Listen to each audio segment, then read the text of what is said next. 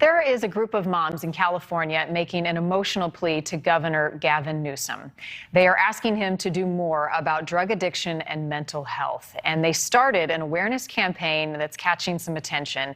This week, they're using a billboard, and you can see it there on your screen, showing a tent city with a sign that reads, "Camp Fentanyl," open to kids everywhere. The billboard calls on the governor to shut down open-air drug markets. And this is happening as the most recent state data shows nearly 4,000 people died of fentanyl overdoses in 2020, more than 70% of the state's total opioid deaths that year. One of the moms in that group behind the campaign is Jacqui Berlinn.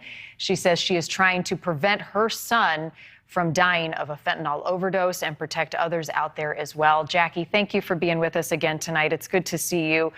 It sounds like the situation in San Francisco, by the numbers, by the stories, is worse than we're seeing in other areas of the country. This is a nationwide crisis, but describe for us the situation on the ground right now and what you all are facing. So in San Francisco, it's as bad as I've ever seen it. Mayor Breed in San Francisco declared a state of emergency back in January, and then she ended it in March, and the situation didn't improve at all. We're seeing more and more people coming into the city. We're seeing teenagers coming into the city and using fentanyl and then taking it out of the city and taking it back to the suburbs. It's just continuing to increase. We're seeing teenagers in outlying counties from San Francisco passing away from fentanyl poisoning because the fentanyl's been put into their drugs or they've gotten into counterfeit pills. And we just, as Mothers Against Drug Deaths, we are working really hard to bring awareness. We know that it's very, very bad in San Francisco, and it's the center of the epidemic, but it is absolutely spreading to California. There are literally over 15 overdose deaths a day in California, and most of those are attributable to fentanyl getting into the drugs. Mm-hmm. Well, the one thing that you're calling for, Jacqui, is mandatory drug treatment as an alternative to jail in California. And you're taking it all the way to the governor. You want him to do something about it. Explain to us what exactly you're trying to do and how far you are from reaching that goal. Absolutely.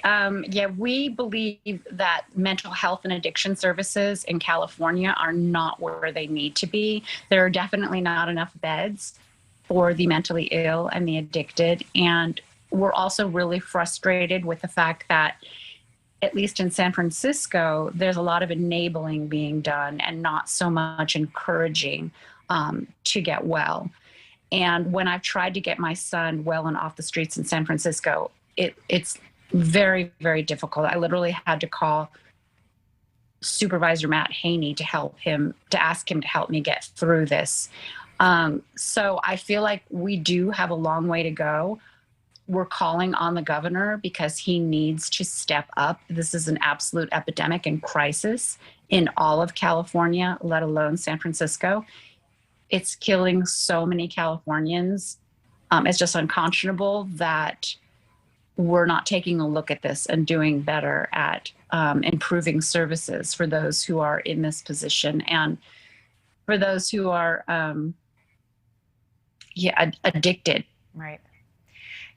Your son, Corey, has nearly died 3 times on the street. We only have about 30 or so seconds left, but what would it take for Corey to get off the streets to stop his addiction?